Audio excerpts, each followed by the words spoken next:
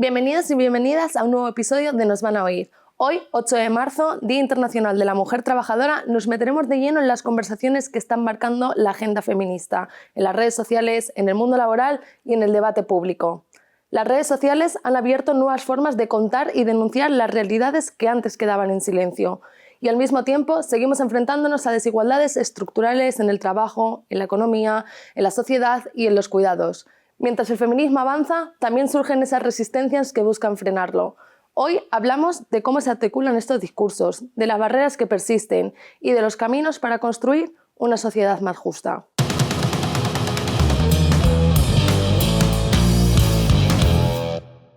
Para ello, hoy nos acompañan dos grandes compañeras, Ana Requena, periodista y redactora jefa de género de eldiario.es, y María Nicolás, secretaria de Juventud de Comisiones Obreras Extremadura. Bienvenidas, chicas. Hola, ¿qué tal? Gracias.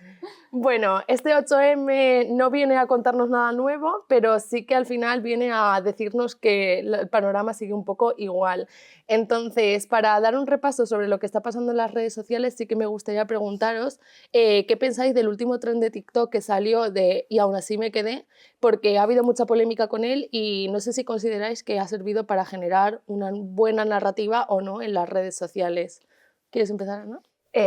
Pues a ver, a mí me parece, yo creo que tiene como una doble ahí, ¿no? cara probablemente el tren, porque por un lado pues sí que entiendo que ese tipo, ¿no? de tendencias igual sirve pues para visibilizar el tipo de, no sé, ¿no? de violencias y de comportamientos machistas que tenemos aún súper normalizados, súper interiorizados casi como parte de la relación, ¿no? Entonces, bueno, pues sí, de alguna manera que sigamos hablando o ver a muchas mujeres y muchas también, pues a lo mejor que de alguna manera son conocidas o referentes para gente joven y tal, diciendo eso y diciendo que han vivido eso, pues puede tener como esa parte, pero a mí también me parecía culpabilizador, ¿no? Sí que me escribí un artículo, no sé, expresando mis dudas, ¿no? De hasta qué punto y aún así me quedé, ¿no? Y la gente aplaudiendo, no pone el foco un poco en nosotras, en que parece que somos como un poco tontas por quedarnos, ¿no? Como decir, mira todo lo que me hicieron o mira la barbaridad que me hacían o que, ¿no? o que esta persona, ¿no? se comportaba conmigo y aún así yo me quedé, como diciendo, ¿ves? Y es como, bueno, te quedas porque hay todo un mecanismo que hace que nos quedemos, ¿no? Es decir, que no es algo, primero, no es solo esto no va de responsabilidades individuales, ¿no? Sino que va de algo que nos sobrepasa como individuos y como personas, que tiene que ver pues, cómo se construyen las relaciones, cómo se construye la idea de amor y luego también con otras ideas como el trauma, el apego, mucho más complejos que hace que las personas nos quedemos en relaciones, en vínculos no solo, ¿no? afectivos sexuales, sino también pues, familiares, aun cuando nos hace daño, ¿no? Entonces, como que me parecía simplificar, culpabilizar y señalarnos otra vez a nosotras, ¿no? De decir, ahí ves, es que te quedas, que creo que es una idea que además está muy extendida aún cuando hablamos de violencia de género. Y eso sí me preocupa, ¿no? Es esa idea de víctima como una mujer pobrecita que es que ¿por qué no se fue? Bueno, es que hay que avanzar, tenemos que salir de ahí, tenemos que explicarle a la gente cómo, ¿no? cómo funciona todo esto y todo el entramado que hay que hace, ¿no? que no solo se reproduzcan ese tipo de comportamientos, sino que las mujeres nos quedemos. O sea, no que seamos tontas, es que no. Claro. Entonces, a mí muchas eso veces me preocupa. Me gusta decir como, a ver, Manolo, ¿no? Que es que el problema no es que nos hayamos quedado sin más, sino que todo ha sido una cadena de consecuencias, no todo empezó con una hostia ni con insultándome a la primera de cambio, sino que fue como una acumulación y que te va haciendo como dependiente en ese sentido. Yo sí que creo que en parte también surgió como un poco para, como decir, ojo, y aún así me quedé, pero reconozco las violencias que estoy viviendo, como que yo también veía un poco esa parte positiva. No sé, ¿a ti te pasaba esto, María? Yo voy un poco con Ana en ese sentido. Creo que es verdad que es muy difícil, sobre todo cuando eres tú la persona que sufre la violencia, reconocer que estás sufriendo esas violencias, porque van surgiendo de manera muy sutil. Entonces se van normalizando muy poco a poco, no de repente son violencias que todo el mundo reconocemos. Es verdad que muchas veces desde fuera es más fácil verlas que cuando las sufres en primera persona. Entonces creo que el ejercicio de valentía de sentarse a reconocer, oye, mira, incluso gente que a priori puede considerarse feminista y que puede tener súper claro qué situaciones no hay que tolerar, y vemos cómo luego en sus relaciones cotidianas se toleran situaciones, pues por eso, porque van introduciéndose de una manera muy sibilina. Y luego también creo que también ha servido un poco para que las mujeres nos apoyemos entre nosotras y que, bueno, pues veamos que quien más y quien menos todas hemos tolerado situaciones que no hay que tolerar, y pues también darnos un poco el empuje ese a avanzar hacia Y más que no hay romper que con tolerar, esas... más que no hay que tolerar, sobre todo también que ver que es una cuestión general y que por tanto, donde ponía el punto Ana, ¿no? Que es una cuestión pública, que es estructural y que entonces igual también nos da que pensar de que entonces merece respuestas acordes a la dimensión del asunto, que no es una cosa mía propia Sí, que más de... allá de lo que hagamos en nuestras relaciones, lo problemático es que existan esos comportamientos, ¿no? Que aún existan esos comportamientos. Y luego que es que la mayor parte de las veces no nos quedamos, ¿no? Esto yo creo que es importante. Muy bueno. Otra cosa es lo que tardes en irte, pero la mayor parte de las mujeres que en algún momento hemos podido estar en relaciones en las que se han ejercido comportamientos, ya no digo violentos, sino machistas, ¿no? Al final te vas. Entonces yo creo que también hay que visibilizar eso. ¿O Sí. qué nos ayuda a irnos? O sea, ¿por qué no visibilizamos lo que nos ayuda a irnos? Pues mira, sí, pues a lo mejor estuve más tiempo del que me hubiera gustado, pero al final, pues mira, me ayudó a leer este libro, me ayudaron mis amigas. Yo creo que esa parte, por ejemplo, estaría también bien que la visibilizáramos. Creo que Sí. acabamos de inventar la segunda parte del Del TikTok. tren. Pero sí, siguiendo un poco con esta deriva de las redes sociales, sí que te quería preguntar, Ana, han surgido muchas cuentas anónimas denunciando todo tipo de comportamientos y de violencias machistas y sí que... Y además, sobre todo en muchos sectores laborales, como el mundo del cine, la literatura, Sí. etc. ¿Tú crees que estas iniciativas son una falta de respuesta a mecanismos efectivos y seguros para denunciar el acoso y la violencia de género? Yo creo que es un fenómeno muy de esta ola feminista o de esta última década, que creo que tiene que ver con varias cosas. Creo que bueno, el fenómeno Me Too al final tiene que ver con esto, con una especie de, ¿no? de liberación de la palabra o de ruptura del silencio de las mujeres, una ruptura colectiva, masiva, que también es masiva y que llega de otra manera porque tenemos las redes sociales, ¿no? Es decir, ya no dependemos de que alguien quiera publicar lo que sea, sino que tenemos medios a nuestro alcance para hacer llegar nuestros testimonios o nuestras críticas. Entonces, es que creo que esta última década así, ¿no? de efervescencia feminista tiene mucho que ver pues, con la ruptura del silencio alrededor de las violencias, del acoso. Entonces, como que ¿no? nuestro feminismo, digamos, creo que está muy marcado en general por eso. Luego hemos vivido pues, episodios, ¿no? Hemos vivido aquí, pues, nuestro Me Too fue muy la manada, ¿no? Tuvo mucho que ver con todo lo que vivimos con la manada, con el caso, con la investigación, con el juicio, con las sentencias. Luego pues ha habido más episodios, ¿no? Con el Se acabó, por ejemplo, ¿no? También. Es decir, que todos esos picos nos vuelven a llevar a contar.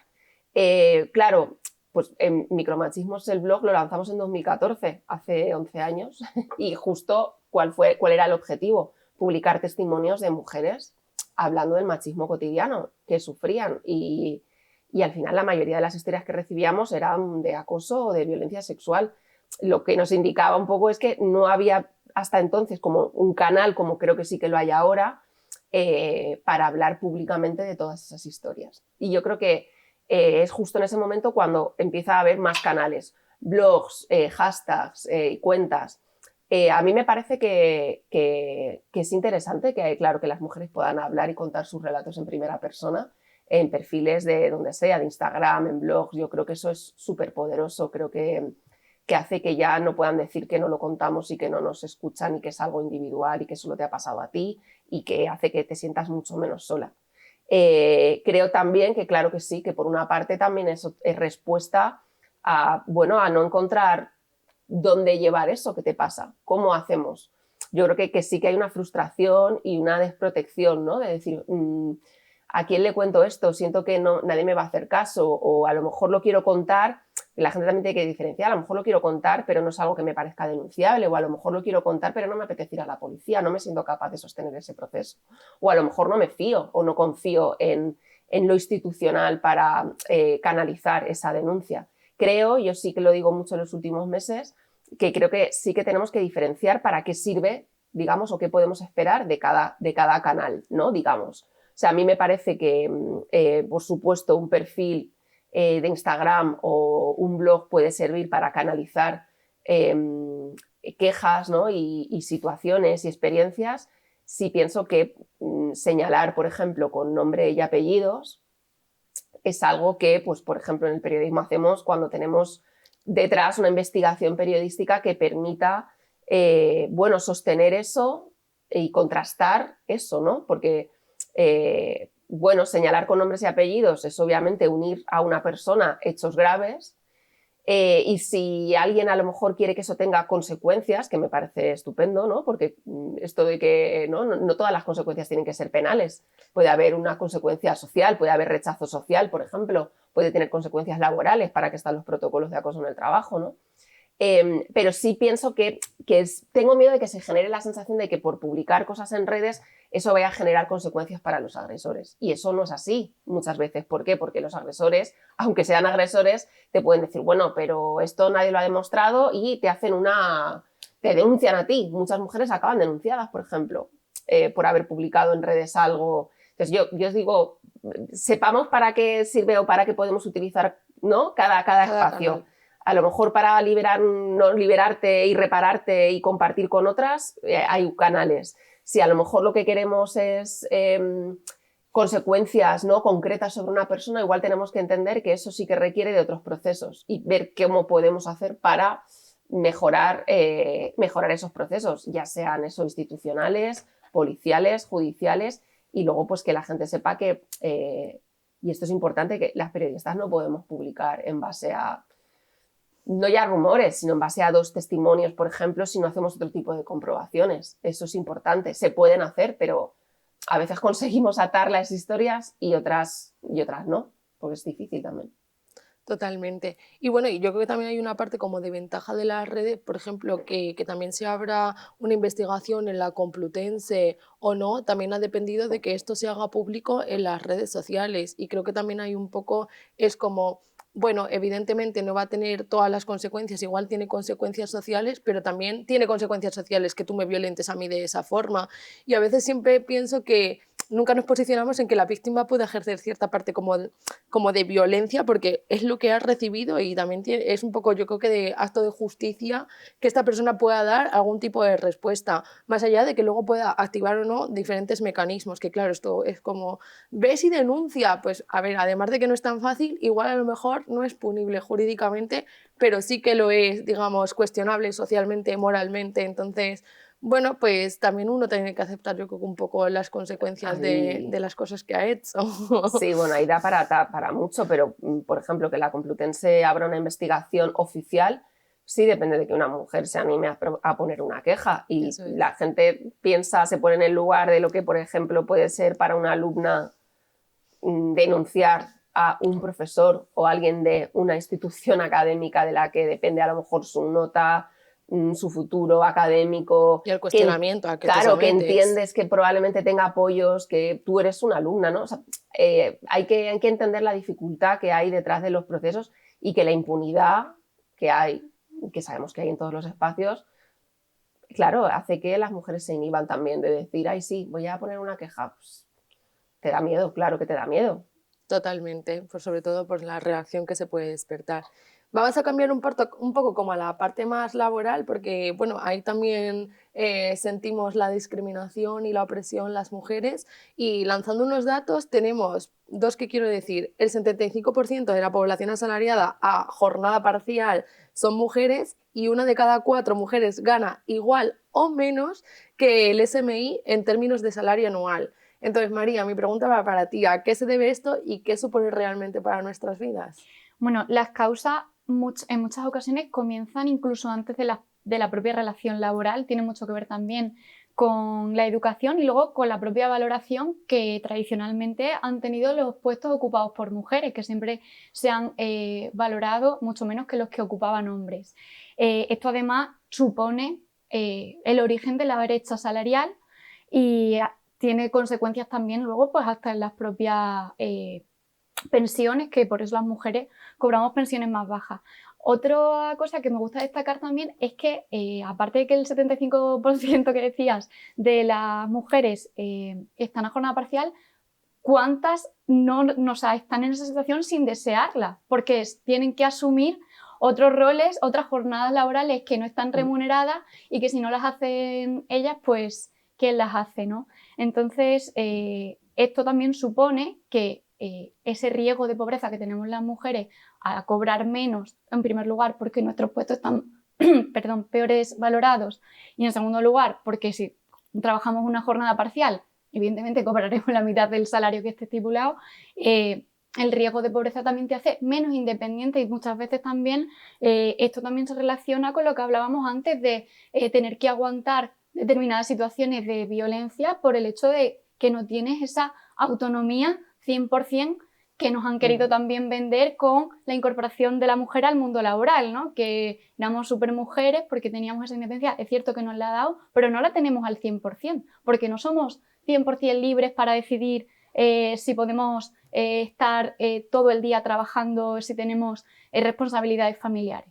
Entonces, creo que es algo que tenemos que también ponerlo en el debate y en el foco, y que no solamente es cuestión de que lo sufran mujeres mayores, que muchas veces se piensa eso. Yo creo que muchas mujeres jóvenes también van repitiendo estos patrones y no es casualidad, claro. Muchas mujeres, y claro, que es que es como muy difícil o es imposible, ¿no?, analizar lo que pasa en el mercado laboral sin analizar lo que pasa ¿no?, en los hogares, en las familias y en la esfera privada. Entonces, esto muchas veces cuando intentamos explicar estos datos, ¿no?, y la gente empieza con el negacionismo de la brecha de género en el mercado laboral, de la brecha salarial, ¿no? Y bueno, creo que hay una parte, ¿no?, que es que viene creo que de que ha faltado mucha explicación también, ¿no?, de cómo funciona el mercado laboral y la economía como si fuera algo que funciona independiente de lo que pasa en las familias o de lo que pasa en los hogares. Total. Y eso no es así. Todo funciona, ¿no?, como un conjunto, y el patriarcado, el capitalismo y tal, al final se basa, ¿no?, en crear una esfera pública, en crear una esfera pública y una esfera privada, ¿no? Y al final los roles de género también sirven para eso, para que los hombres, ¿no?, hayan estado más enfocados en lo público, las mujeres en lo privado, los cuidados, y para que incluso a día de hoy tengamos la creencia aún, porque aún existe la creencia súper asentada en la sociedad de que ¿con quién van a estar mejor los hijos que con las madres? Total, como si tuviéramos un gen, ¿no? No, mejor que con los padres. Y es que por ahí va mucho el la debate. divina providencia que vino y nos tocó con el don de la ¿sabes? maternidad. Y además de planchar genial, de limpiar genial, ellos... Todo en el ADN. Pero además que con el cuidado de los bebés y tal pasa mucho, porque es como, no, pero es que la madre... Y yo, entonces, a mí cuando los hombres dicen, bueno, pero es que mi pareja cogió la excedencia porque quiso, o es que es ella la que ha querido reducirse la jornada, y yo pregunto, vale, ¿y tú qué quieres? Claro. O sea, tu pareja quiere cuidar de tu hijo, tú como padre, ¿qué quieres? ¿No? O tú como hijo, ¿qué quieres respecto a tus padres? O sea, porque nosotras queremos cuidar y trabajar, sí. Aparte que los cuidados puedan ser más o menos agradables o desagradables en muchos, ¿no? A veces los hacemos por amor y porque queremos, y otras pues porque efectivamente hay que hacerlos aunque sean desagradables.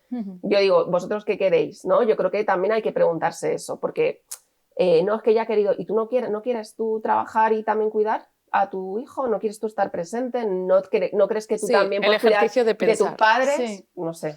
De hecho, el otro día nos pasaba en las redes sociales que nos comentaran así como, dejad de hacer que las mujeres odien la maternidad. Y es como, yo creo que nada más que el mercado laboral hace odiar la maternidad a las mujeres, porque claro, te ves sometida a tener una jornada, a tener otra jornada en tu casa, y a tener probablemente un salario de mierda y demás, y dices, bueno, pues igual sí que me replanteo la maternidad. Entonces, yo creo que no odiamos la maternidad, odiamos la explotación. Eso ¿no? es. Probablemente, y las exigencias, porque además cuando eres madre los estándares sobre ti son elevadísimos y sobre un padre no. Entonces, a ti eres la que si haces algo en el trabajo, haces un viaje, te preguntan, ay, el niño, ¿con quién se queda? Tal cual, probablemente al padre no, es decir que... entonces, claro, lo que nos hace replantearnos todo es la explotación, son los estereotipos, es que parece que eres mala ya trabajadora, mala madre, es un poco insoportable. Sí, total. Justamente a que hablábamos de los cuidados y tal, creo que tenemos que hablar evidentemente del papel del hombre en todo esto, y ahora yo creo que se está abriendo un poco la conversación, igual no es suficiente, igual les necesitamos más a ellos, porque creo que estamos como siendo la punta de lanza y creo que deberían serlo ellos, ¿no? Entonces, En este sentido, creo que está habiendo una ola bastante reaccionaria con el feminismo por parte de muchos hombres. También esto se vincula como mucho a la extrema derecha. Y sí que quería preguntaros por esto y también como hacer una reflexión de qué podemos hacer para que esos hombres se unan como a esta conversación feminista y no sientan que vamos todo el rato contra ellos, ¿no? Yo creo que hay que distinguir dos situaciones. Hombres que tienen privilegios y no saben que los tienen, y hombres que tienen privilegios y no están dispuestos a renunciarlo, y no solamente eso, sino que quieren recuperar privilegios que ya están totalmente desfasados, ¿no? Lo que hablábamos de que la extrema derecha está poniendo esto todo el rato en el debate. Y por otro lado, creo que tenemos que saber que para abordar y hacer reflexionar a los hombres, que es verdad que igual no son conscientes del todo de esos privilegios que tienen, hay que hacerlo desde el diálogo y no tanto desde la confrontación, porque si no yo creo que la reacción de muchos hombres es cerrarse y no pues intentar comprender, ¿no?, todo esto que estamos hablando. Y luego también hay que saber pues, que hay con determinadas personas que no queda más remedio que la propia confrontación, porque es que su objetivo es ese, su objetivo es desvirtuar lo que significa el feminismo, lo que significa la igualdad, y que evidentemente habrá cosas que les perjudique de situaciones, ¿no?, del propio patriarcado a los hombres, pero es verdad que les benefician muchas otras más cosas, entonces tenemos que abordarlo desde una perspectiva de que es que tenemos que entender que para tener una sociedad más igualitaria y más equitativa tiene que ser a costa de que ellos renuncien a determinados privilegios. Y es verdad que es algo complicado, ¿no? Porque parece que hacemos un poco a veces el papel de madres en la crianza con nuestros compañeros de igual a igual. Entonces, esa relación es compleja por eso, porque se cierran mucho en banda y no son conscientes y creo que el discurso nos lo está ganando un poco la extrema derecha últimamente con estos discursos, además melancólicos, ¿no?, de tiempos pasados, como si hubiese sido todo maravilloso, apelando mucho a esto que hablábamos del gen, de la biología, de que la mujer tenemos que desarrollar determinados papeles, y creo que son muy peligrosos. Entonces, con los hombres, que sí que hay muchos también con los que se puede dialogar y entendernos, pues tenemos que hacer ese ejercicio de reflexión y de diálogo.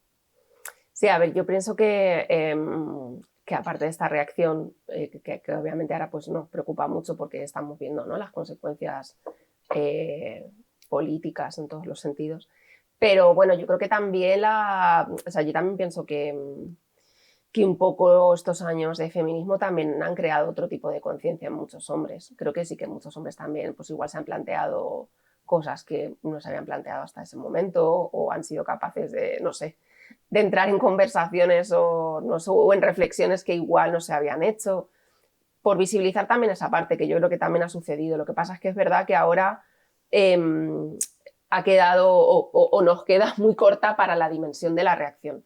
No sé hasta qué punto podemos pretender también que haya un movimiento, ¿no?, tan potente de avance y no haya una reacción, porque históricamente lo que sabemos es que esto siempre va así, ¿no?, y que esto sucede, y que en momentos, y en concreto en momentos de avances de derechos, ¿no?, de las mujeres, feministas y tal, siempre ha habido una reacción. Entonces, eso yo creo que, lo digo porque muchas veces se pone otra vez el foco, ¿no?, en eso, es que hemos hecho mal, y es que el feminismo, y es que tal, bueno, no sé, o sea, ¿qué hacemos? ¿Dejamos de reclamar los derechos humanos porque la gente va a reaccionar en qué tal? Pues yo creo que hay que hacerlo. Está muy bien que pensemos, oye, estrategias, en que nos centramos, en que genial, ¿no?, pero que la culpa no puede ser de quien reclama una sociedad mejor.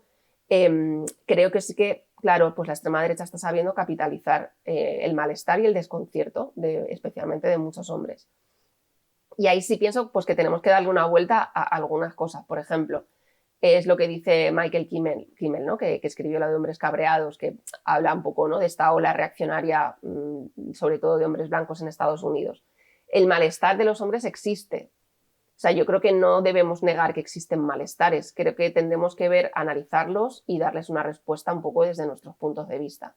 Y a mí me parece que sí que esa respuesta sí que también tiene que ser interseccional, ¿no? Igual que hablamos de cómo aplicamos la interseccionalidad a nuestro feminismo, a mí me parece que a ese análisis también, porque cuando hablamos de privilegios, pues a mí me parece bien, ¿no?, pensar en la intersección ahí de la clase, la raza. ¿Por qué? Pues porque probablemente el discurso de los privilegios igual no le llega igual a un hombre que está forrado o que tiene una posición súper buena en una consultoría, a un tipo que está jodido porque le han cerrado su fábrica y no puede cumplir con su papel de proveedor en el hogar. Entonces, claro, yo creo como que analizar que sí que existen esos malestares y ver, ¿no?, que también que otras respuestas podemos ofrecer a eso, ¿no? Porque al final quien les está ganando en realidad son personas que defienden políticas que no benefician a los intereses luego materiales propios de esas personas que les están apoyando, pero están creando una especie de sentimiento, ¿no?, de camaradería, bro, ¿no?, de yo te apoyo, yo te entiendo. Y aunque luego las recetas que les dan son contrarias a los intereses, al final está pudiendo más el que ellos se sientan como acogidos, ¿no? Yo digo, ellos no tienen un 8M, no tienen una asamblea feminista, no tienen... Entonces eso yo creo que está funcionando para muchos. Sí, entonces, y con alguna respuesta, ¿no? Claro, que ¿cómo les respondemos a eso, no? Entonces, de otra manera, quizá, para ofrecer... Y luego, pues que yo sí pienso, yo crío a un niño pequeño. Claro, es que hay niños y niñas que a lo mejor hay un programa para las mujeres, las niñas en la ciencia y no sé cómo y tal. O sea, los niños de 9 o de 10 años no tienen conciencia de muchas cosas de las que tenemos como adultos, y lo que sí que ven es que de repente a los niños no les vamos a mandar ningún mensaje.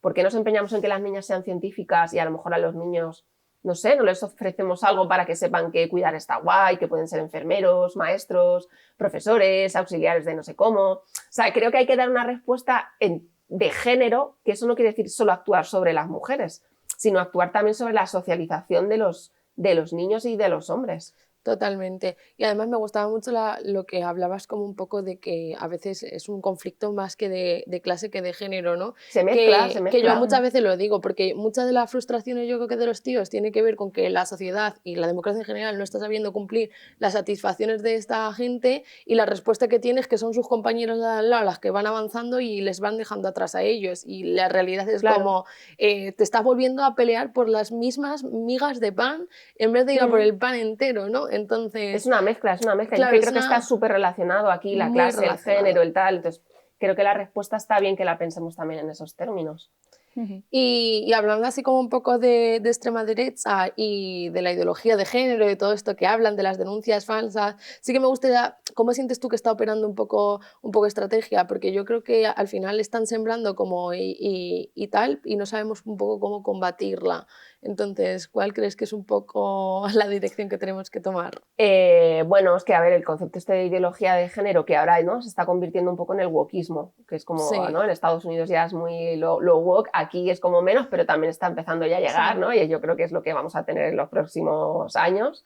Y claro, pues sí, a veces es desesperante porque como que sientes que es explicar igual otra vez las mismas cosas que llevamos explicando como mucho tiempo y tal. Pero bueno, yo qué sé, supongo que hay que hacer pedagogía, creo que hay que saber también manejar las redes, creo que es obviamente, ¿no?, que es un terreno que han ganado ahí a tope, y que los chavales jóvenes ahora mismo, pues eso, se están ideologizando viendo a youtubers, a streamers, a tiktokers con una ideología misógina muy fuerte. Y esto que Laura Bates lo dice mucho en el libro Los hombres que odian a las mujeres, que analiza mucho todos estos fenómenos, y que leerlo está súper interesante, da bastante miedito, porque sí, porque ella habla de cómo, igual que antes decíamos lo de siempre ha habido una reacción a los avances y tal, pero ella dice, claro, pero nunca la reacción nunca ha contado con las herramientas tecnológicas que sí cuenta ahora, y eso hace que tengamos un montón de gente, de jóvenes, de chavales jóvenes, igual radicalizándose en espacios en los que no estamos. Entonces, ostras, ¿no? Y dices, joder, pues cómo, yo creo que ahí es lo que hay que pensar otra vez, de cómo respondemos a todo esto en términos de género, es decir, de actuar sobre chicos y chicas, sobre la socialización de chicos y de chicas, qué vamos a ofrecer, qué espacios creamos, y además que como que atraviesen un poco todo, ¿no? Porque a lo mejor estos espacios para hablar o para actuar sobre esto no tienen que ser solo específicos, a lo mejor hay que pensar cómo actuamos desde los centros de trabajo, desde la cultura, desde los espacios que tiene la gente joven en su barrio, en su ciudad, para ir a hacer algo. como no solo que parezca que sea vamos a hacer un taller para chicos de no sé cómo, tal, no, vamos, pues no sé, vamos al fútbol, a ver qué pasa, vamos a los clubes de fútbol, a ver si ahí podemos hacer algo, no sé. Pero bueno, es complicado, la verdad. María, ¿tú qué opinas de esto? No, totalmente de acuerdo con Ana. Es que al final, o sea, el espacio que está ocupando la extrema derecha con lo que dice, con los medios que existen hoy en día, muchas veces se dice, hombres que están de acuerdo con nosotras, dices, no, sí, yo estoy de acuerdo, pero es que creo que el feminismo en este momento está avanzando demasiado, como que ha llegado demasiado lejos. Sí. Claro, es que... el discurso del demasiado lejos. El discurso del demasiado lejos es que ¿cuándo vamos a estar preparados para que por fin tengamos una sociedad igualitaria, ¿no? Entonces es verdad que realmente incluso hasta gente que comparte con nosotros preocupaciones, si tienen ese discurso, que no van a tener Claro. en otros ámbitos donde no existe ni siquiera ideología todavía formada, ¿no? Como pasa en el caso de las redes sociales con gente todavía muy joven. Es normal que ahí aflore pues, gente muy radicalizada. Sí, yo creo que eso es importante porque es como... porque en realidad cuando ves como el CIS, encuestas y tal, aquí en España sí que es verdad que ahora mismo esta ideología, ¿no? O estos posicionamientos sí que están como bastante identificados con las personas que votan a partidos de derecha o de extrema derecha. Es decir, ¿no? Como que no se ha contagiado a los votantes de izquierda o no hay como un trasvase, bla, bla. Pero sí que al final creo que en términos un poco sociales y culturales sí que el problema también es que hay hombres que, como dices, comparten probablemente muchos planteamientos con compañeras feministas y tal, pero que también se sienten un poquito reconfortados por este discurso, entonces aunque saben que no lo adoptan entero, pero como... Y no se trata de no poder debatir, si podemos debatir y hacernos preguntas y tal, pero yo creo que sí que trasladarles la importancia de que, joder, los hombres progresistas y de izquierdas no abandonen ahora, no nos suelten, ¿no? Claro. Creo que es el momento de decir, oye, siempre, claro que hay que conversar, que debatir, que las dudas, que tal, pero agarrarnos ahora a la mano porque lo que hay ahí fuera nos afecta a todas y a todos, ¿no? Sí. Entonces vamos a... No os vayáis a esos discursos fáciles, ¿no? Sí. Que os pueden, ¿no? En algún momento reconfortar.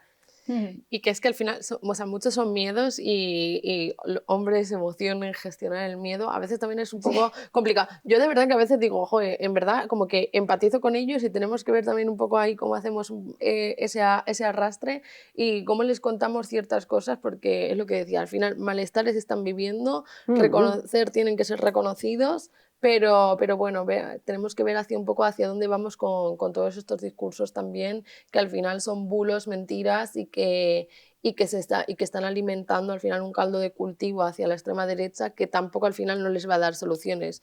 Una receta que no va a servir, que no es útil, pero que sí que está captando cada vez más un poco como la atención. Y siguiendo un poco por este tema, yo creo que hay una de las cosas que también se pone mucho en disputa y en el debate sobre el feminismo, que es el tema del acoso sexual.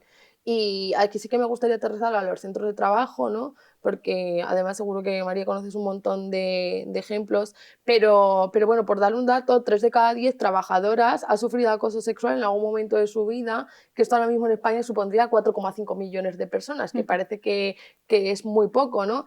Y entonces, claro, muchas veces se nos dice, bueno, esto es una mala experiencia tuya, y es como, bueno, en realidad los datos nos vienen a decir que más que una mala experiencia tiene que ver con una cosa que es sistémica. Entonces, ¿qué podemos hacer un poco? ¿Qué herramientas existen? Cuéntanos. Bueno, está claro que el acoso sexual no se queda a las puertas de los centros de trabajo, eso para empezar. Y también, bueno, pues como seguimos comentando, que no son cuestiones que nos pasen individualmente, son problemas colectivos y las soluciones también tienen que ser colectivas. Entonces, es verdad que desde la acción sindical nosotros pues hacemos mucho trabajo, ¿no? En este sentido con el tema de los planes de igualdad, por ejemplo, que tiene una importancia tremenda, desde el tema del diagnóstico que tienen las propias situaciones de cada centro de trabajo y de cada empresa, desde la prevención, el tema de los protocolos y demás, cómo hay que actuar. Y luego también muchas veces volvemos a lo mismo, visualizar, porque cuántas mujeres han sufrido a veces situaciones y no están del todo seguras si, pues no sé si esto es algo que podría decirle a la empresa, oye, me ha pasado esto. Porque muchas veces se cree que solamente el acoso sexual en el trabajo pues, tiene que venir de algún compañero o de tu jefe. Es que mismamente, si por ejemplo eres camarera y viene un cliente y te está todo el rato molestando, también sería acoso sexual en el trabajo. Y a lo mejor no se interpreta o no se ve tan a simple vista porque parece que es algo ajeno, o que tú te vayas después de tu jornada laboral y fuera del trabajo un compañero te esté molestando. Entonces, creo que todavía sí, o sea, hace falta que reforcemos mucho esa pedagogía para que las mujeres también sepan detectar cuándo están sufriendo acoso sexual. Bueno, las mujeres y los hombres, evidentemente, volvemos a lo mismo, que hay que hacerlos partícipes. Nosotras en comisiones tenemos el Observatorio de Acoso Sexual y también tenemos una guía contra el acoso sexual en el trabajo, que creo que está fenomenal porque no solamente te explica pues, situaciones de acoso para que sepas identificarlas, sino que además pone en el plano a todas las partes componentes, ¿no? Cómo tendría que actuar la empresa, qué tengo que hacer yo si soy víctima, cómo puedo actuar, qué pasa si yo lo presencio y no soy parte, cómo puedo ayudar. Entonces creo que son herramientas muy buenas que ofrece el sindicato para que pues esto vaya solucionándose, y sobre todo porque hace falta muchísima pedagogía. A mí lo de la guía que decías, o sea, por comentar también un poco, es que una de las cosas que nos pasa es que las mujeres que viven situaciones de precariedad, como puede ser pues, una camarera que trabaja de noche y tal, y que sufre acoso, muchas veces ni siquiera tiene tiempo de diagnosticar qué le está pasando y después de eso decidir qué pasos va a dar un poco. Entonces, en ese sentido, yo creo que la guía como también refuerza un poco como ese camino, y además creo que pone el punto de mira hacia mirar a otros lados. Es decir, que muchas veces nos centramos en quien ejerce y quien sufre, y no miramos que hacia nuestro lado, ¿no? Claro. Tenemos gente que son testigos, que han visto, y gente en la que nos podemos apoyar, porque volvemos a lo mismo. Yo creo que la violencia que sufrimos no es un proceso individual, es un proceso colectivo, y yo creo que sin red muchas veces yo creo que es imposible denunciar, ¿no? Bueno, y que yo creo que es importante eso, que cale la idea de que las empresas y los comités de empresa o la representación sindical tienen que ser proactivos en esto. O sea, no se trata de firmar un protocolo, tener un papelito hecho y ver si te llega alguna denuncia. O sea, que esto me temo que pasa mucho, ¿no? O sea, primero que los protocolos y los planes de igualdad yo creo que son herramientas que son útiles, necesarias y además ahora, ¿no?, de obligado cumplimiento, y que tienen que entenderse no como un trámite, sino como algo de verdad, ¿no? Sí. Algo que sean eficaces. Y luego eso, como esa cosa proactiva, ¿no? Porque muchas veces es como, bueno, es que no nos ha llegado nada. No, bueno, es que ya, es que precisamente si has hecho un buen plan y un diagnóstico sabrás que es difícil, ¿no? Entonces que igual también las empresas o la representación sindical tiene que estar alerta, tiene que poner en marcha a lo mejor mecanismos a lo mejor de detección, mecanismos de prevención, talleres, cursos, acciones. De hecho, los planes de igualdad sí que incluyen también este Claro, ¿no? Que hace falta hacer, no solo esperar a que las mujeres vayan a presentarte una queja, porque esto, si ya decíamos que era difícil, pues en un entorno de trabajo en el que a lo mejor estamos hablando de tu compañero, de tu jefe, pues igual la cosa es muy complicada. Y que yo creo que es importante esto que decías, ¿no? Un plan no es un protocolo, es un plan. O sea, tiene una dirección, tiene un rumbo fijo, tiene unos objetivos y tiene algo que tú tienes que ir haciendo. Por eso se llama plan, porque tú planificas en base a lo que diagnosticas. No se llama plan porque de repente quedaba bonita la palabra, ¿no? Sí. Entonces, no es un protocolo, tú no recibes una vez ya has creado eso, no, tú te pones en acción, eres proactivo. Que yo creo que esto es un poco la pedagogía que todavía, sin duda, queda muchísimo por hacer. Vamos a pasar un poco a la última parte, que no nos podíamos dejar, yo creo que los cuidados, y voy a rescatar las palabras de un hombre que fue un guionista, Eduard Solá, al ganar el Goya, y las voy a leer textualmente porque me parecían interesantes para dar comienzo un poco a la reflexión, que dijo: construyamos un mundo en el que los cuidados no se sustenten en el sacrificio de nadie. Apostemos por una crianza que no necesite supermadres, sino solamente madres y padres con la estructura social y económica necesaria para poder educar en libertad y dignamente. Y mi pregunta para ambas es, ¿le damos la razón? ¿El cielo es azul? Hasta sí. Y luego, ¿siguen haciendo falta estas políticas públicas que sostengan los cuidados para que no recaigan en nosotras?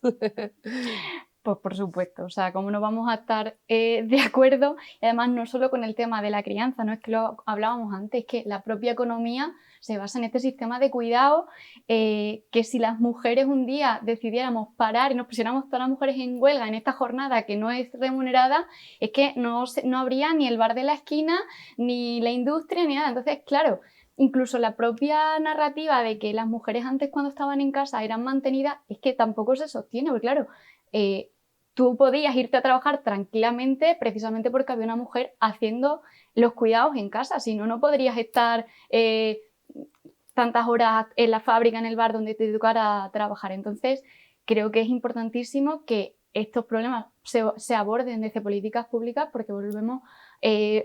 todo el rato yo creo que estamos hablando de lo mismo, ¿no? Que en primer lugar no se ha valorado ese trabajo que se ha hecho y que nunca se ha tenido en cuenta desde el punto de vista económico, de que si eso se acaba, la economía se para. O sea, no podríamos seguir al ritmo que tenemos si nosotras no asumiéramos esa función. Entonces hay que darle en primer lugar ese valor y en segundo lugar tomar medidas públicas para que no recaigan únicamente en las mujeres estas tareas.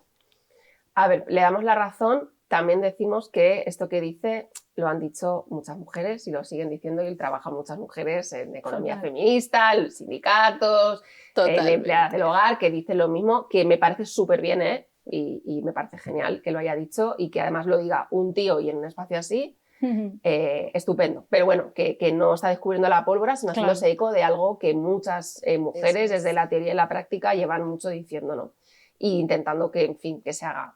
Lo del sacrificio me parece muy guay decirlo porque además hay momentos del año en los que el discurso del sacrificio se romantiza muchísimo, ¿no? Navidad, en el Día de la Madre, porque lo dan todo y porque no sé cómo y tal, y lo dan todo y mira, gracias a las madres la Navidad es no sé cómo, es como, bueno, claro, o sea, pero yo no quiero, no sé, es que yo no quiero eso, ¿sabes? Yo no quiero vivir sacrificada, claro, porque sé todo lo que los demás quieren, pues porque hay una persona pendiente de ese trabajo también mental, pendiente de que todo el mundo esté a gusto, de que lo que haya de comer le gusta a todo el mundo, de que le gusta a la abuela no sé qué de regalo y de qué tal.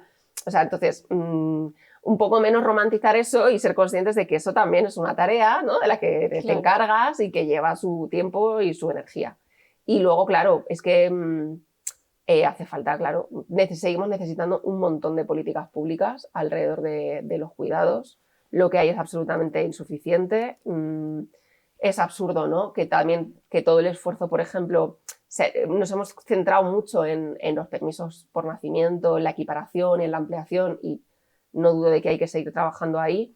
Veamos que es que los hijos luego siguen creciendo y tal, lo estoy comprobando. Luego necesitas muchos días para atender muchas cosas. Entonces, no sé, luego ya no son champiñones que crecen solos, sino que después de los primeros meses, pues resulta que hay un montón de cosas que atender. La niñez y también luego la adolescencia, que tengo amigas también, ¿no? Con hijos e hijas adolescentes que como, joder, pues a lo mejor me necesitan de otra manera, pero necesito tiempo o necesitaría permisos para atender a lo mejor también. Entonces, ¿cómo pensamos eso? O ¿cómo pensamos en cuidar a dependientes o a las personas mayores? Que lo dicen mucho, ¿no? Las expertas también, en cómo en realidad es el cuidado de las personas mayores lo que está más desatendido muchas veces de las políticas públicas y lo que más trabajo supone para muchas mujeres. Entonces, claro, creo que criar no puede ser solo una cosa de un padre y una madre. A mí me parece que hay que pensar en democratizar más los permisos en general de cuidado, independientemente de que hayas sido padre o madre biológico o seas hijo o hija biológico de alguien, y que pensemos en unos cuidados un poquito más colectivos y compartidos. Yo sé que es un reto enorme, que nuestro sistema de prestaciones sociales y todo está, por supuesto, atravesado pues, por una noción de familia nuclear, donde hay un padre, donde hay una madre, pero es que esa ya no es nuestra realidad. No es nuestra realidad ni tampoco es la realidad que queremos, ¿no? Entonces yo creo que hay que ser ambiciosas allá a muerte y pensar en un sistema distinto de hacer las cosas. Y sobre todo pensar que ahora también, o sea, el divorcio existe, cada vez más familias monoparentales, monomarentales. Vamos, o sea, claro, el divorcio y las convivencias sin casarte, ¿no? Entonces al final las separaciones, no hay familias reconstituidas, o sea, es que ahora la vida, en fin, ¿no? Da Bueno, siempre ha mucha- sido muy variada, creo. Lo que pasa es que nos han intentado Decir que no Sí, era así. decir que no era, pero sí, era. Sí, yo de hecho lo que iba a decir es que, fíjate si hay como propuestas por hacer, que de hecho hace no mucho presentamos 100 propuestas para este pacto que queremos que haya un pacto de Estado y claro, queda muchísimo por hacer en muchísimos niveles, pero sobre todo, y yo creo que aquí lo más importante es que no desmantelen lo que ya hay, Ah, lo bueno, público, claro. porque creo que lo estábamos viendo en sitios como en Madrid y demás, donde por Sí, ejemplo total. la escuela de 0 a 3 se está desmantelando o no hay ni siquiera suficiente por hablar de los niños. Sí, sí, Con el sí, tema no, de total. mayores, pues igual, a veces hay centros de día Sí. o residencias, pero siguen siendo escasas, muy caras. Sí, total. Y bueno, pues al final tienes que esperar una plaza para que haya y mientras tanto, pues ¿quién cuida a esa persona? Probablemente una mujer, desde luego. Pues nada, pues con esto damos un poco finalizado nuestro podcast. Muchas gracias y nada, simplemente a vosotras las que nos veis, deciros que este 8M, por desgracia, es un 8M sin temática porque los temas son los de siempre. Nos toca seguir luchando, nos toca seguir peleando, así que nos vemos en las calles, compañeros y compañeras.